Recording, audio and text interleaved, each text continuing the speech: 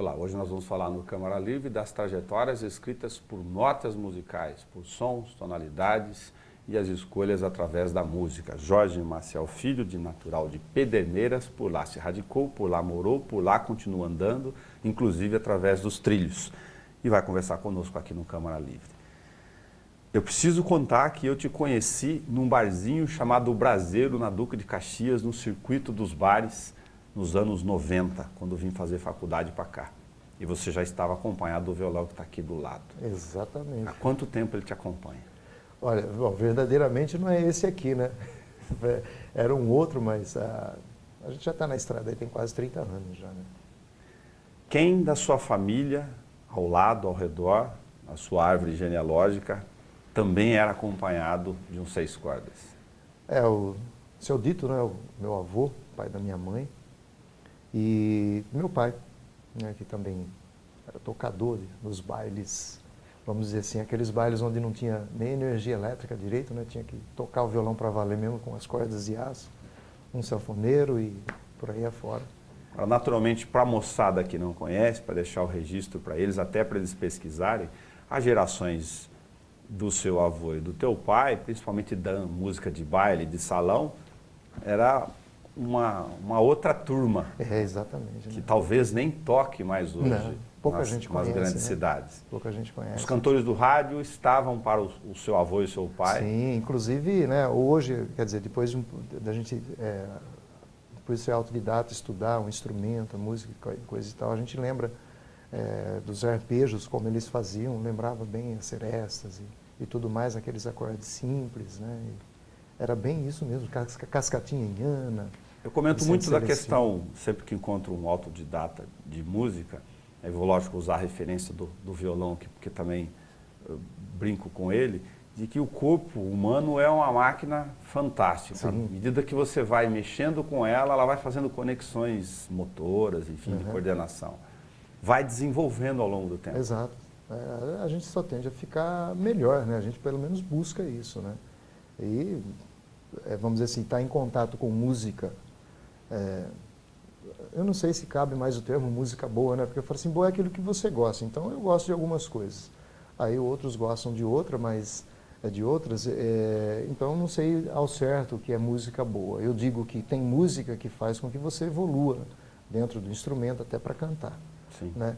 Aí eu não tenho dúvida que o que ouve-se, toca-se hoje na mídia não ajuda em nada. Verdadeiramente mata a pessoa. O pouco de talento que ela tem, ela não vai sair daquilo. Fica sinceramente. É uma questão de comparar. Então é por isso que eu digo, a música boa, eu sempre, não, eu toco MPB, gosto de música boa, inclusive nos últimos 10 anos incorporei canções internacionais no meu repertório, a pedido de um dono de bar, que até hoje volta e meia me persegue lá em Barra Bonita. Né? E ele falou, Jorge, você toca em casa, num final de noite. Aí eu comecei a tocar Dire Straits, fiz um Pink Floyd assim bem tímido, Paul Simon e Art Garfunkel. Ele falou assim, cara, você precisa botar isso no repertório. Então assim, aí você tem essa percepção, né? E eu falei, pô, eu sempre gostei dessas coisas, né? E fui colocando, aí botei Al Jarreau, e essas coisas fazem com que essas músicas, esse tipo de música, melodia e harmonia, faz com que a gente melhore, porque você vai buscar essa harmonização, você vai buscar esse andamento no violão, e eles são diferentes. Todos eles. Se você pegar um Djavan, você toca um samba e toca um jazz. E ele passa pelo forró e todos os andamentos. Então faz com que você cresça. Agora você pegar um... e aquela rima com a entonação que termina sempre com a mesma tônica. E o pior, né? Com umas letras que não, vamos dizer assim, não edifica quem quer que seja, né? Todo mundo que começa num instrumento, começa pela tríade normal, a primeira, a segunda, a terceira, aquelas desenhinhos das notas. Então, interessante, eu não fazia nem ideia que o pessoal chamava isso, né? E eu fui pegando as revistas, né? Ia na banca, comprava.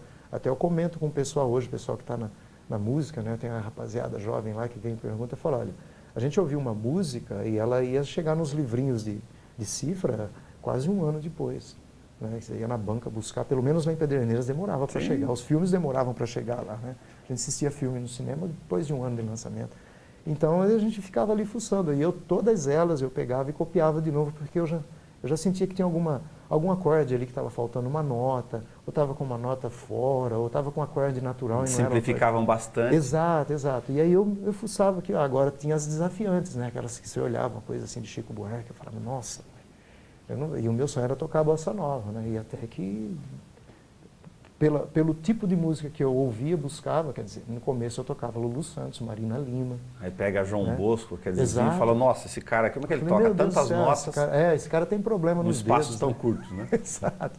E aí a gente foi buscando devagar, até que um dia eu toquei papel machê. Eu falei, meu Deus, é claro que do jeito que estava numa revistinha, mexia em alguns acordes, eu falei, até que um dia, quando eu fui fazer a aula com o Paulo Vilaça, né, eu fiz os 8 meses no conservatório dele, ele falou assim, não, Jorge, ele pegou um dia e sentou diante de mim, tocou a Asa Branca, com, assim, diversos andamentos, tocou forró, clássica. Ele falou, é isso. Ele falou assim, se você tem a mão direita boa, você vai estudar um pouquinho para conhecer mais os acordes e fazer do jeito que você acha que deve, que fica bacana, você fica à vontade interpretando. Então era isso, eu falei, putz, então é possível, né? E a gente evolui. Falei, agora você pega uma música ruimzinha e você fica naquela coisa ali que umas não tem nem acorde, né? Tem um bicorde ali, fica a música inteira, aí não dá. A vantagem de quem canta e toca, uma das, né? Para compartilhar, sempre pensando em quem está em casa nos ouvindo, é que você vai ao longo do tempo, lógico, desenvolvendo o seu estilo e você adapta, você ajusta, o violão vira um parceiro e um... Exato. Usando a expressão no bom sentido, um encosto para as notas e frases para você. Exatamente. E essa é uma... Você vai fazendo o teu caminho nas notas. Nada, como já disse Lulu Santos, nada é só bom nem ninguém é só mal. Então é uma vantagem, mas é uma desvantagem também, porque você deixa de evoluir quando você tem contato com outros músicos. Às vezes que isso aconteceu, por exemplo, às vezes que eu toquei no Sesc, que juntavam a galera toda, estava todo mundo lá, João Aires, Lilo, Lisete, Val, Bitenca, toda a galera, né, teve o projeto República, que foi um troço fantástico. Então aí você é desafiado, Levi Ramiro, que é um violeiro, fazedor de viola, tocador, assim. Então é bacana que você tem uma outra estrada, você aprende um monte com aquilo ali. E aí você fala, putz, como eu estou pequenininho perto desses caras. Putz, como eu evoluí. Então isso ajuda bastante. É um cerceamento que eu tenho de fazer sozinho, lá em Pederneiras, ninguém faz MPB. Então eu estou na estrada, eu continuo na estrada sozinho. Às vezes carrego um músico ou outro. Tem meu amigo Adriano Corcioli, que me acompanha há muito tempo, baterista. Agora meu filho fazendo bateria também, né? Toca bateria, aprendeu e está ouvindo música boa. Eu digo assim, eu falei, não, ouve, você tem 19 anos de idade, ouve o que você curte. Mas não deixa de ouvir isso aqui, não, senão você vai perder e não tem volta. Eu comento assim, eu falo, a geração, que eu sou professor, né, de língua inglesa, e falo, essa geração que está aí com 17, 18, 15 anos, eu falei, eles vão ter um lápis de memória musical, quando eles estiverem com uns 30 anos, como eu com 50, a gente lembra tudo. Eu lembro canções quando eu tinha 4 anos de idade. Né? Eles não vão ter essa memória, porque essas músicas não foram feitas para... Memória, colar. Como eles mesmos dizem, pô, colou essa música aqui, isso aqui tá bombando. Falei, eles não vão ter essa memória. Isso eu não tenho dúvida. Mas quando a gente estuda as regras de alfabetização e memorização, tem a chamada regra mnemônica lá, a sonoridade é a primeira técnica que eles usam para fazer esse ajuste. Eu, lendo um livro para fazer uma pesquisa, eu, lógico, me deparei com algo que fala, nossa, era isso. Aquelas coisas que você tinha a intuição, mas você não tinha lido se alguém tinha estudado para isso. Exato. Uma das questões que apresentou isso, porque tem uma categoria de músicas que você memoriza aos milhares e outras que entram aqui e saem rapidamente pelo outro lado. É disso que você está falando. Exatamente. Canções que a gente ouvia lá, Paulinho Nogueira cantando Menina. Até hoje você tem isso. Isso não sai nunca agora. Essas coisas que por mais que a gente não queira ouvir, a gente ouve, porque no carro do camarada ao lado toca no vizinho, toca nas festas. E aquilo ali, as próprias pessoas que consomem e alimentam essa indústria, ao mesmo tempo que eles estão aqui com essa nova banda, com esse novo cantor, sei lá o quê, a hora que surge outro, ele abandona esse camarada aqui. Sim. Eles fazem isso.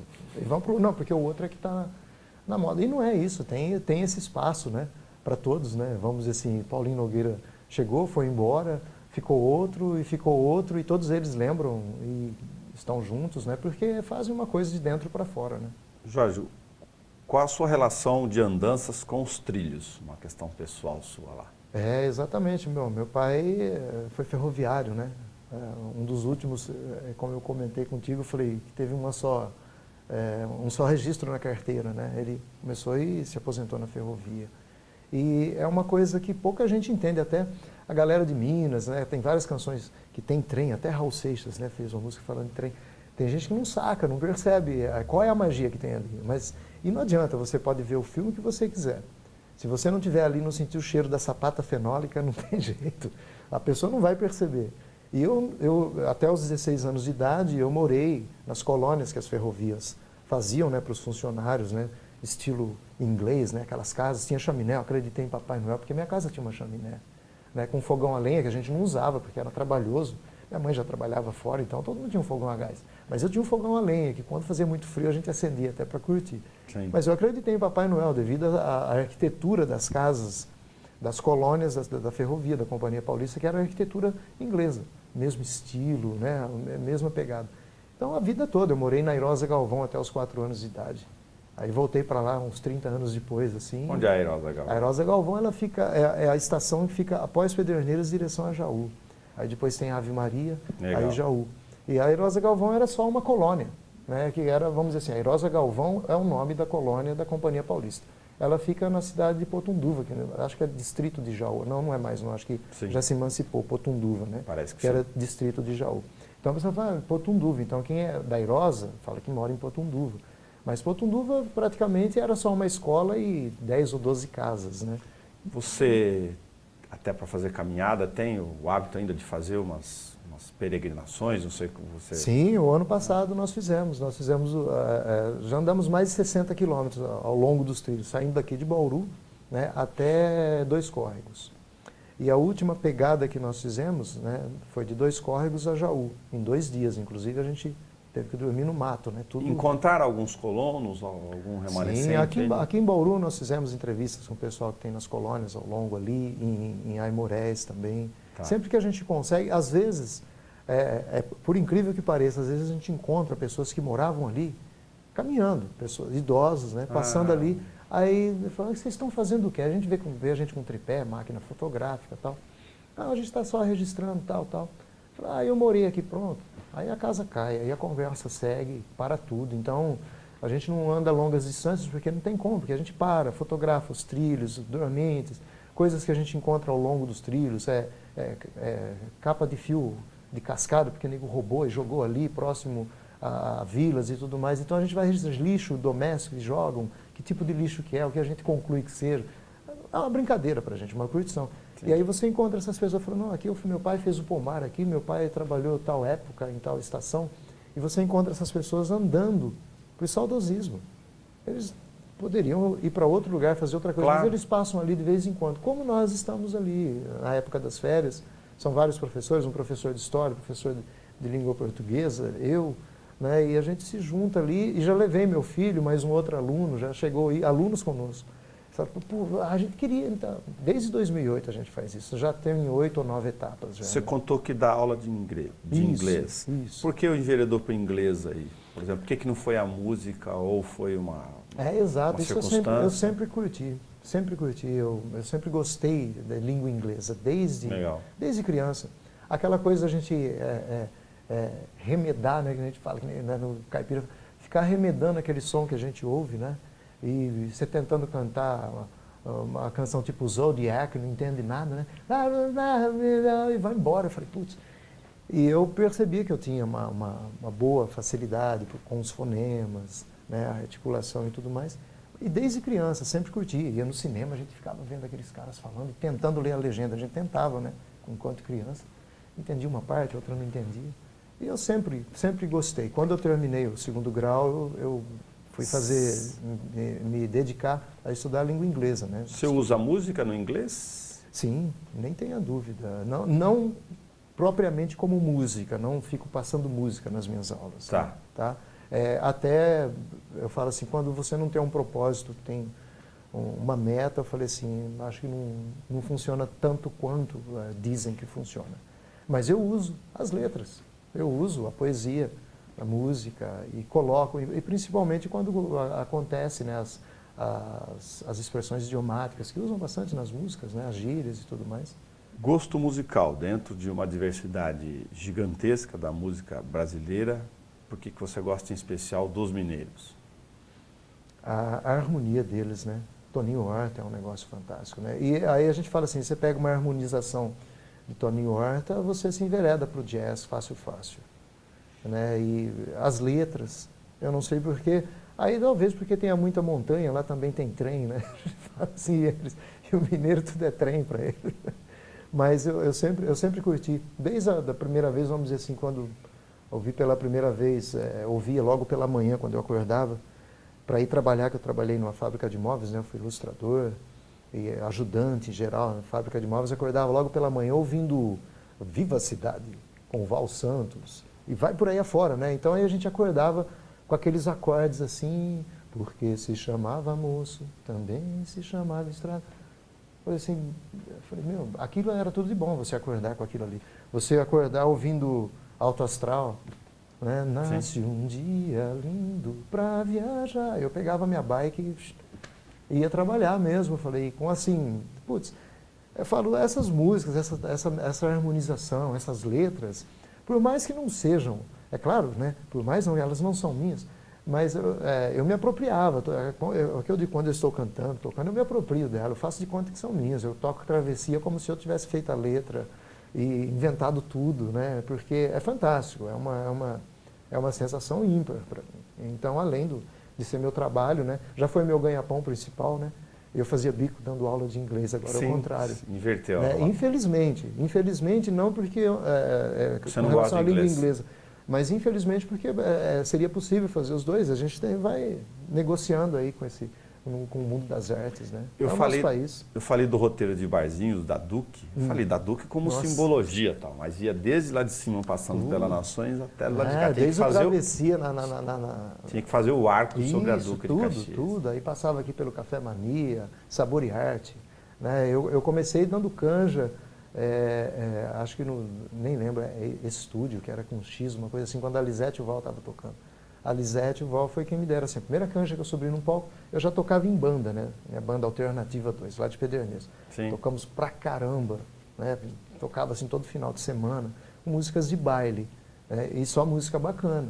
Então a gente tinha rock, tinha Pink Floyd, White Snake, né? Então eu fazia guitarra base e era o vocalista principal da banda, né? E aí quando eu falei, mas eu sempre quis tocar MPB, sentar num banquinho e tocar um violão. E o primeiro lugar que eu toquei foi no Bar do EPA. Mas antes a Lisete Val tinha me dado uma canja, estava acho que no Bar Estúdio, aí depois volta e meia eu me enfiava ali no Sabor e Arte, aí a Denise, né, cantando pelos cantos, servindo todo mundo e cantando até mais alto que o próprio músico, o Soneca lá tocando e tal, eu falava, não, é isso que eu quero fazer. Aí um dia eu já estava, eu estava assim com a banda e eu resolvi pegar minhas pastas que eu escrevia, como ele disse, a gente pegava as revistinhas, né, com cifra, né? E aí eu escrevia à mão, porque eu já mexia, eu já era metido já, né? E mexia em algumas coisas, nem sabia porquê, mas eu falava, não, mas isso aqui não é assim, acho que se eu colocar essa nota aqui fica legal. Aí eu escrevia, tudo à mão. E um dia eu peguei minhas duas pastas, né, com cerca de, tinha acho que umas 150 canções ali, e eu estudei inglês no CCAA aqui em Bauru, que era na Genor Meire, depois acho que passou para Gustavo Maciel, e o Bar do EPA já era na outra rua ali, na esquina, e eu terminava bem cedo, o ônibus de estudante lá de Pederneiras, passava às 11, fiz o primeiro ano de inglês, vinha de trem para cá, né? Então aí depois passei a vir de ônibus. E então eu saía do CCAA e parava em frente ao Bar do EPA, sentava no para-choque do Fusquinha dele, que eu nem sabia que era dele. Tinha um Fusquinha lá parado, eu sentava e ficava vendo o Cláudio Cavezales tocando, João Reis e toda a galera, assim, eu falava, é isso que eu quero fazer. Aí um dia eu peguei minhas duas pastinhas assim, botei na Lady Blue, né? Lady Blue era a moto que eu tinha, né? Durante 7 anos, eu vinha tocar aqui, durante uns 4, 5 anos eu vinha de moto. Sim. Ia para Duartina, embaixo de chuva, duplicação da Rondon, embora. Aí eu botei as duas pastinhas assim na moto e vim para cá. Cheguei no Bar do EPA, assim, tremendo, né? Falei, puxa vida, não. Aí eu falei, olha, eu gostaria de tocar, tal e coisa. Aí ele falou, você já tocou? Eu falei, não, eu tenho uma banda, mas sozinho nunca toquei. Aí ele falou, eu tenho aqui minhas pastas. Ele olhou todas as músicas. Lá estava ele, mais um pessoal da rádio, da imprensa, acho que era, não lembro, tinha uma galera lá. Bom, o pessoal que frequentava o Bar do EPA era uma galera descolada, né? Beto Pampa estava por lá, né? Bárbara estava por lá também. Aí ele olhou todas as músicas das duas pastas. Aí ele voltou a outra pasta e olhou a parte... Então eu separava Bossa Nova, aí separava Cor do Som, 14 bis, deixava junto. Galera de Minas deixava no outro setor e tal. Aí pegava as músicas mais assim, regionais, botava num outro canto, tipo Almir Sater, Renato Teixeira. Aí ele olhou assim, ele voltou só a Bossa Nova, assim, ele falou assim, você toca essas músicas do Chico? Eu falei, toco. Eu falei, quem canta? Eu falei, eu. Você toca e canta tudo isso aqui? Eu falei, é. Ele falou, vamos agendar uma data então. Aí ele agendou uma data na quinta-feira. Naquela semana que eu fui, acho que foi assim, tipo uma sexta-feira, na outra semana na quinta. Eu até não esqueço disso, eu fui encontrar o EPA uns 20 anos depois no Fried Fish. E aí ele me viu, ele falou, pô, cara. Aí eu fiquei olhando, falei, EPA? Ele falou, Jorge Maciel. Eu falei, claro. Putz, aí dali eu fui pro Kalash American Bar, que ele passou lá para os irmãos gêmeos lá, e tinha a esposa, não lembro o nome, Marisa, não lembro. Ele falou simplesmente, ele falou, vem aí na quinta. Aí no Bar do EPA eu toquei na quinta, aí ele pediu para eu voltar na sexta, que o Cláudio Cavezales ficou doente, estava com problema de voz. Eu falei, pô, sexta-feira, cara, o bar aqui. Ele falou, não, você fez hoje, você faz amanhã. Aí toquei na sexta e falou, cara, eu não vou poder te pagar hoje. Eu falei, já levei calote a primeira vez. Ele falou, porque eu quero que você venha amanhã, que o Cláudio Cavezales não vai poder ver. Eu falei, pô, mas sábado? Ele falou, não, você fez quinta, fez sexta, faz sábado. Aí toquei quinta, sexta, sábado e domingo no Bar do EPA. Que era um bar, assim, que eu imaginava que talvez eu nem não fosse tocar, porque eu estava começando. Tem um detalhe para quem não acompanhou esse período, que eu acho que não é mais assim, embora não viva na noite, mas nem no circuito isso não é mesmo. Primeiro que eu acho que os donos da noite dos bares de Bauru perderam a mão em relação a isso. Mas é você começar a tocar 10 da noite, porque é a hora que saía a turma da faculdade. A galera da faculdade. Que era uma galera que ouvia isso, que respirava esse tipo de música, né? Tanto que na Unesp tinha, vez outros festivais, e juntava todo mundo lá, Norba, na guitarra, esmerilhando. Era assim fantástico, né? Bitenca, tava tinha que ser nesse horário, porque não adiantava começar muito cedo, não, a moçada matava a aula. Exatamente. Lá no Bar do Baiano, né? Sim. Conhecido como, segundo o meu conterrâneo José Valineto, o buraco quente. O José Valineto fazia questão de, antes de eu começar a tocar, ele declamava algum poema, né? E ele pegava o microfone assim, era uma cena assim para mim bucólica, era uma coisa fantástica. Um registro, 20 anos depois ainda não está resolvido completamente a questão de ordem de músico, de tocar na noite, o ECAD continua a mesma lambança. Não aos contentos, né, de todo mundo, mas né? O ECAD ainda acho que, vamos dizer assim, é um órgão que vem de muito tempo assim, funcionando com uma razoabilidade. Ele tem o funcionamento dele regular, não estou, razoabilidade acho que tem que ser justo aqui, me referia ao funcionamento do ECAD, mas a forma da legislação brasileira de distribuir direito autoral. Porque tem as leis, você tem eles que seguir. Cumprem a lei, mas a lei é um horror. Exato, né? Exato. Uma razoabilidade sempre existiu ali. Agora, na ordem dos músicos, não mesmo. Não, tanto que quando eu movi uma ação, eu fui contra tudo e todos, e eu movi uma ação, por sorte, fui bem instruído. E eu havia feito uma pergunta para ver o absurdo, né? Um ano depois não haviam me respondido algumas poucas perguntas bem simples, né?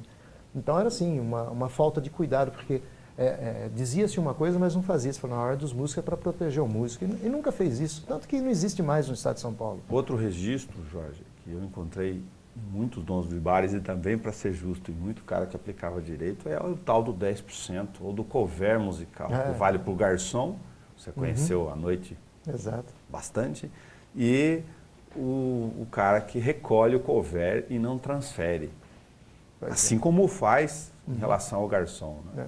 Então eu já encontrei gente que era desonesto com músico, mas graças a Deus encontrei mais gente honesta e tudo mais. Eu falei, eu nunca trabalhei por cover.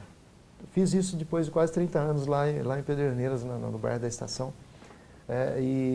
mas eu nunca trabalhei pelo cover. Então eu chegava, tinha... O cachê, combinava o cachê. E 2, 3 bares eu conheci que o cara falava assim, Jorge, eu uso o dinheiro de cover para música aqui no meu bar, e era verdade. Por exemplo, um deles, vou citar porque ninguém me contou, eu vivenciei isso, Sucata Bar.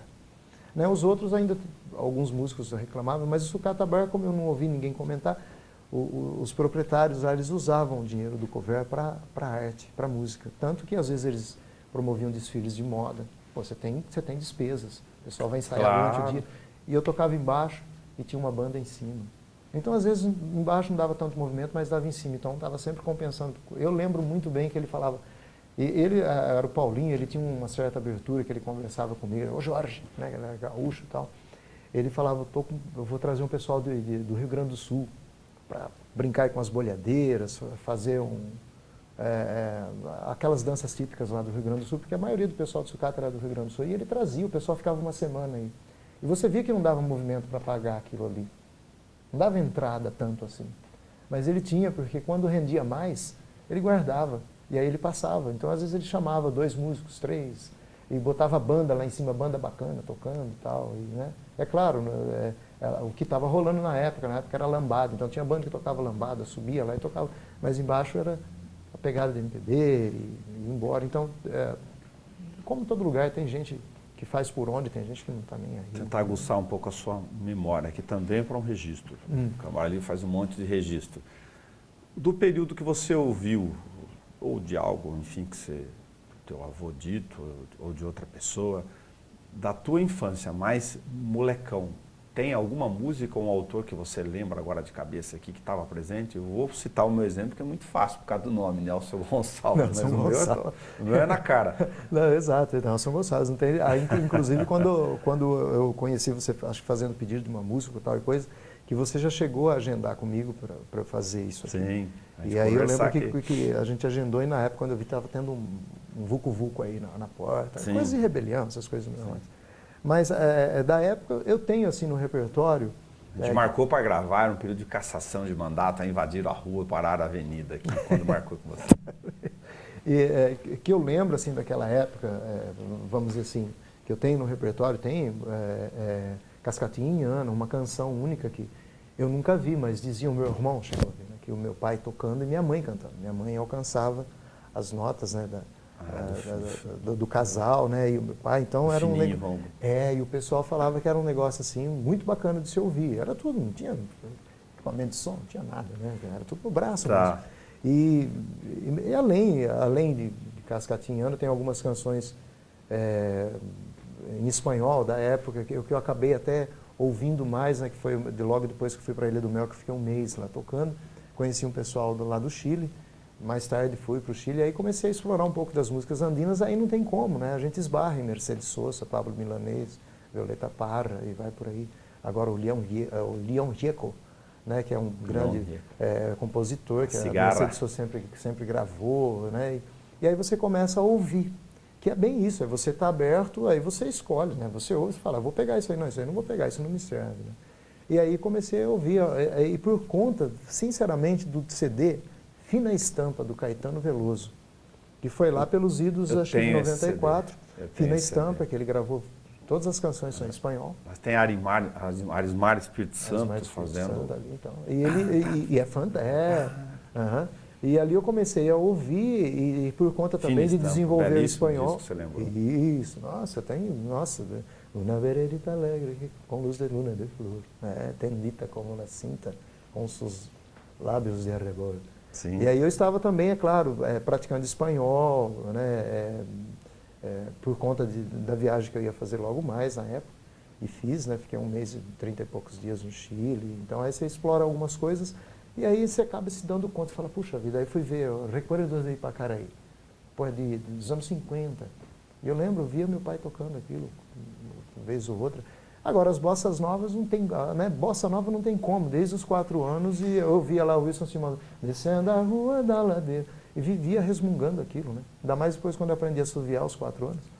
E a minha mãe falava que era insuportável, porque eu fazia isso o dia todo, né? A minha irmã falava o dia inteiro assoviando, e um outro registro eu sei que ele é injusto, mas por causa dele ser injusto mesmo, porque talvez ele seja bom, é de uma canção que não sai do seu repertório de jeito nenhum, por qualquer razão.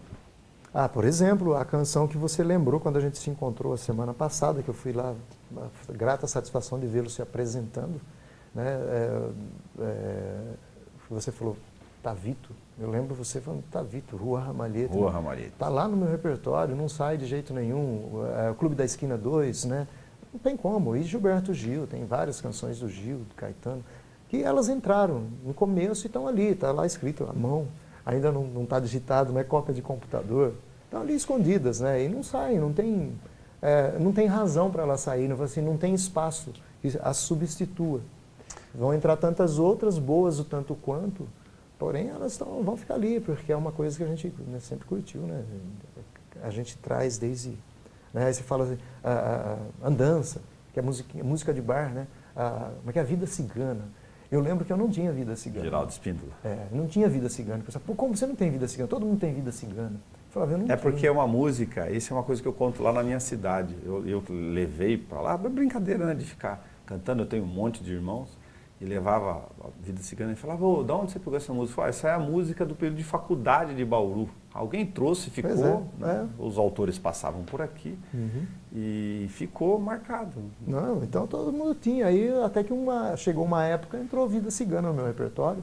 Daí lá coloquei dança e foi embora, né? E aí tem como, eu falei, por exemplo, a primeira bossa nova, vamos dizer assim, que eu toquei, na verdade era uma pegada de samba, mas tinha toda a harmonização de bossa nova, que era a homenagem ao Malandro, do Chico Buarque. Quando eu toquei aquela música, para mim, foi um troço, assim, foi um marco de virada como tocador de violão, vamos dizer assim. E aí, mais tarde, meu sonho era tocar Wave. Aí o Wave era tudo e eu fiquei garimpando, e até que eu consegui tocar Wave. Aí, depois as outras vão... É como eu disse, quando a gente se mete com esse tipo de música, não tem como, você só vai ficando melhor no instrumento para cantar, divisão de canto, você vai melhorando, porque ela pede que você faça isso. As canções que estão rolando aí agora, não tem nada disso, você é o máximo aquilo ali, dali para pior. Então, a minha colocação aí, eu sempre fui polêmico quando eu falo, mas não tem problema, eu digo assim, desde que você tenha nome e endereço, eu falo para os meus alunos, você pode tudo, você pode até xingar a mãe do outro, mas depois tem que segurar o rojão. Não tem que ter, eu sempre causei em algum lugar por fazer comentários disso ou daquilo, mas eu vou ficar me escondendo a troco de quê? É melhor, né, ir para a batalha, né, do que ficar ali. Jorge Maciel Filho, obrigado por você ter vindo fazer esse recorte conosco aqui, não sem antes eu pedir para o seu próprio registro e para o nosso, lógico, para que você abrace esses 6 cordas que te abraça há tanto tempo. Nossa. E se eu não comentei, eu não te dei chance de falar alguma coisa que você queira, fique à vontade. Agradeço o Nelson Itaberá Gonçalves, que eu conheci como Nelson Gonçalves unicamente. Obrigado pelo convite, né? Já havia acontecido, né? O convite, não ocorreu a circunstância e... Mas você vê que a internet faz, te achei. Exato, eu fiquei felicíssimo, né? Fiquei felicíssimo em vê-lo lá no palco, antes, né, nas mesas, né, e curtindo. Diversas vezes eu vi você ali e pedia música. Bastante, falei, nossa, e eu fiquei felicíssimo. E vendo o trabalho, as letras, navegando no pé da figueira e tudo mais que eu vi ali ao longo do...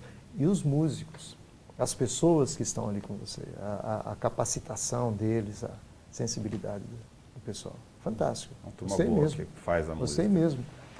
Escolha vamos dizer assim, infelizmente eu não vou fazer Rua Ramalheta porque eu não lembro, né? Eu sou o cara da cartilinha, a maior parte das músicas, né? Mais de 500 canções no repertório, muitas a gente não lembra, algumas a gente lembra, né? Claro. E Rua Ramalheta, ela é embaçada, né? Sim. E eu não, sem chance, eu não vou fazer um compositor, intérprete que eu sempre gostei, assim, num primeiro momento, foi o cara, assim, que... Né? É Gilberto Gil. Vamos fazer alguma coisa aqui. Né? Vamos lá. Que você vai.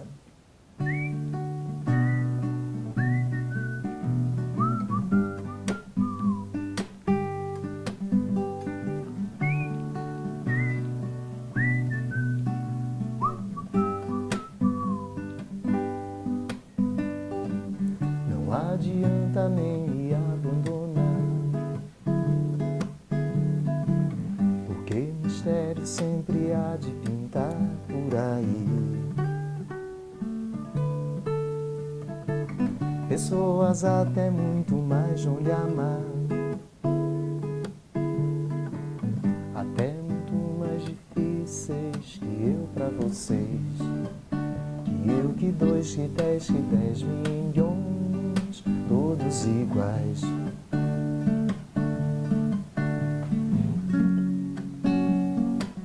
Até que nem tanto esotérico assim. Se eu sou algo incompreensível, meu Deus é mais.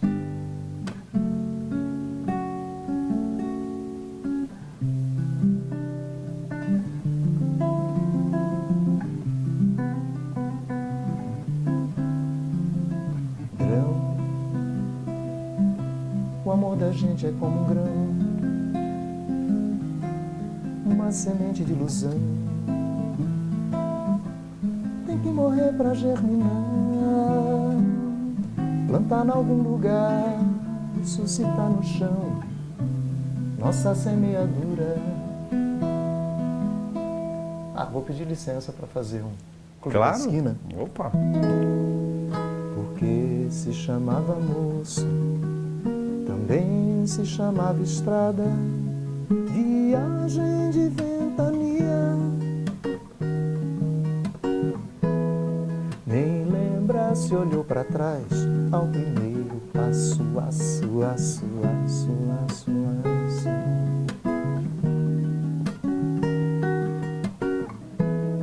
Porque se chamava homens, também se chamava sonhos, e sonhos não envelhecem jamais. Em meio a tantos gases lacrimogêneos, ficam calmos, calmos, calmos, calmos, calmos.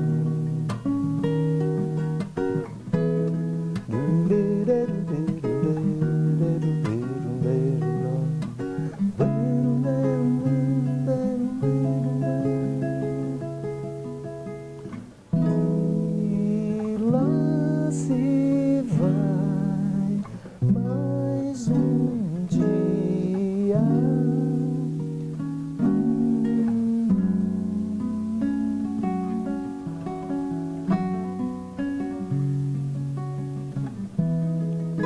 Basta contar com passo e basta contar consigo que a chama não tem pavio.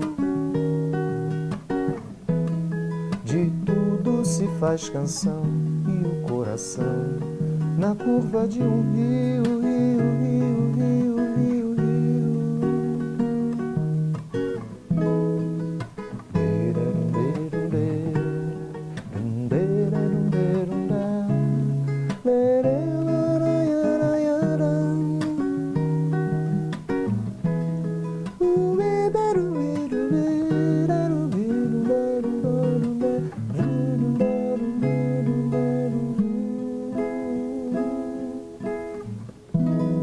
E lá se vai.